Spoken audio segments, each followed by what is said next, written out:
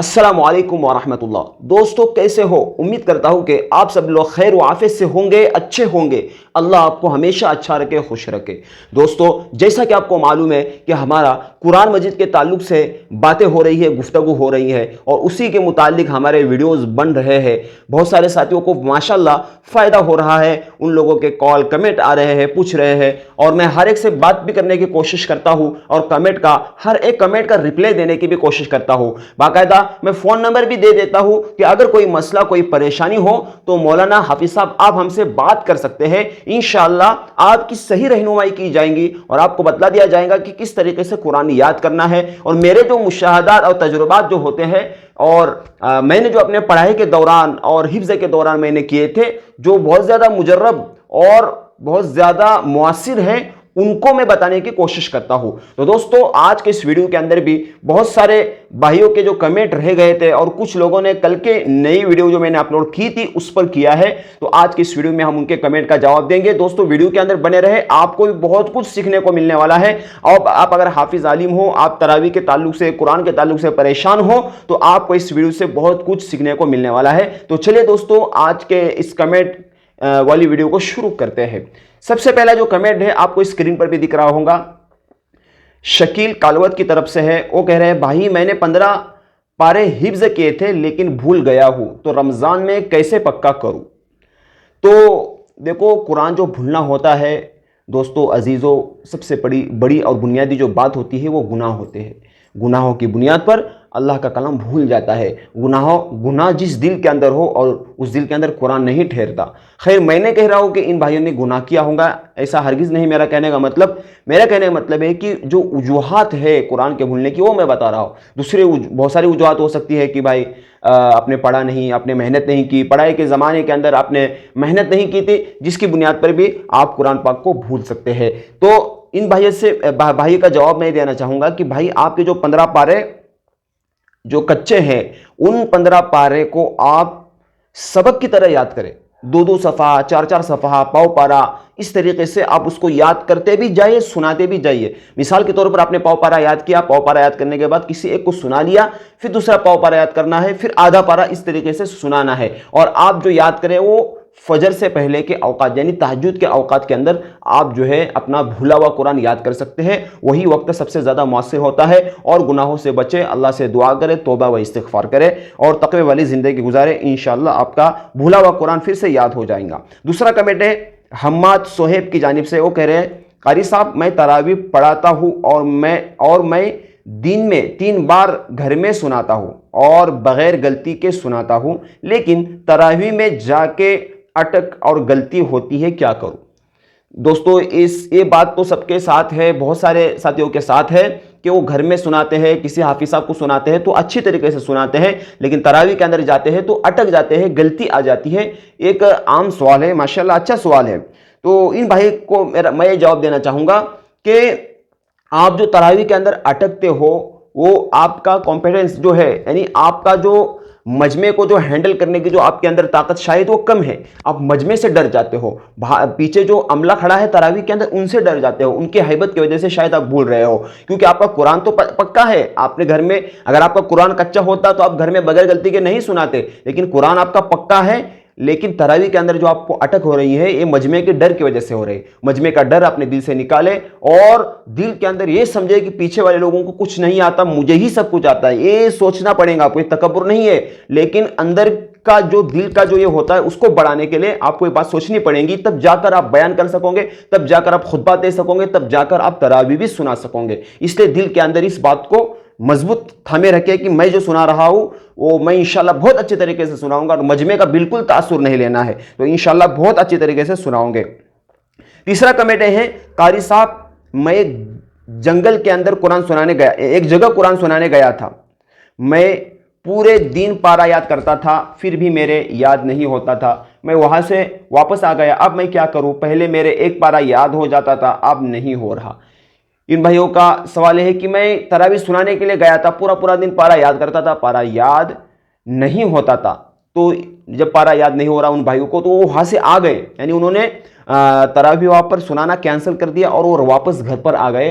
अब वो कहते हैं कि उनको पारा ही याद नहीं हो रहा, तो अब क्या करें?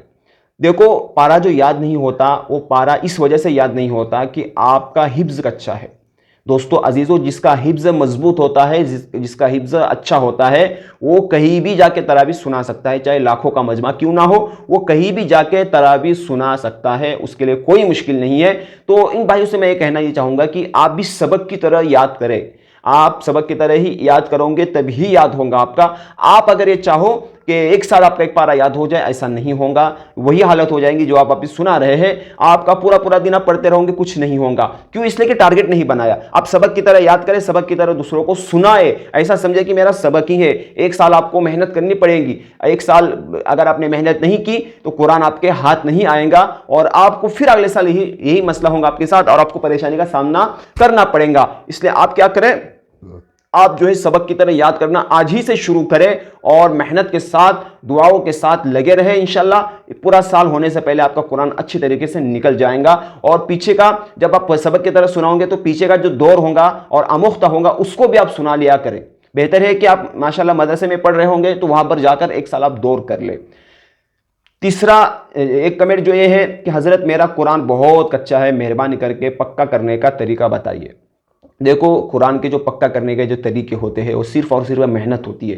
भाइयों दोस्तों, कुरान को बगैर मेहनत के याद नहीं किया जा सकता। ये अल्लाह का जो कलाम है और ये अरबी ज़ुबान के अंदर है। अरबी के लिए बहुत मेहनत करनी पड़ती है। आप अलीमत के लिए आप जाओगे तो आपको पता चलेगा कि अरबी के लिए कितनी मेहनत करनी पड़ती है। और ये तो अल्लाह का कलाम है, ये तो फसीह ज़ुबान के अंदर उतरा हुआ है, फसीह अरबी के अंदर उतरा हुआ है। तो इसको याद करने के लिए कितनी मेहनत की दरकार है।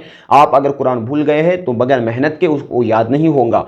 सबसे पहले तो गुनाह को छोड़ना पड़ेगा और दूसरी बात आपको मेहनत दिन रात करनी पड़ेगी। देखो, एक बात कॉमन सी ये होती है कि बहुत सारे लोग क्या करते हैं, हिफ्ज करते हैं, हिफ्ज के बाद दौर नहीं करते, जिसकी बुनियाद पर ये सारी परेशानियां उनको बाद में चलकर होती हैं। इसलिए जो ये वीडियो सुन रहे हैं हुफ़ाज, उनसे मेरी दरखास्त यही है, जो अभी पढ़ाई कर रहे हैं उनसे भी दरखास्त यही है कि आप हिफ्ज के दौरान ही ऐसी मेहनत करो कि बाद में आपको करने की जरूरत ना पड़े। दोस्तों, मैं अपना कहता हूं कि मैंने हिफ्ज के दौर में अनथक मेहनत की थी, इतनी मेहनत की थी कि मेरा ये जुनून था कुरान पढ़ने का कि हर जगह में कुरान पढ़ता था, सिवाय नापाकी की जगहों के अलावा। खेलने कूदने की तरह खाने जाता था, वही कुरान पढ़ता था। मतलब जुनून होता था कुरान पढ़ने का। रात में देर तक पढ़ना, सुबह में जल्दी उठना और बहुत ज़्यादा मेहनत की थी। और एक साल के अंदर 17 मरतबा दौर किया था और सुनाया था अपने उस्ताद को, तब जाकर कुरान। दोस्तों, अब ये हाल है मेरा कि मैं तरावी के लिए 1-2 मरतबा ही पढ़ लेता हूँ और सरसरी तौर पर पढ़ लेता हूँ तो मेरा काम हो जाता है। तो इस भाइयों से मैं मोहम्मद अहमद भाई से कहूँगा कि भाई आप बहुत मेहनत करें, आपका कुरान जो कच्चा है मेहनत से ही निकलेगा इंशाअल्लाह।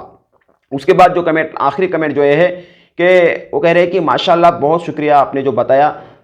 मेरे जो है 3 पारे एकदम कच्चे हैं, 23, 24, 25 और 26 वाला थोड़ा सा कच्चा है। याद करने का तरीका बताए। एकदम अच्छा हो गया, एकदम कच्चा हो गया, बहुत मुश्किल हो गया है।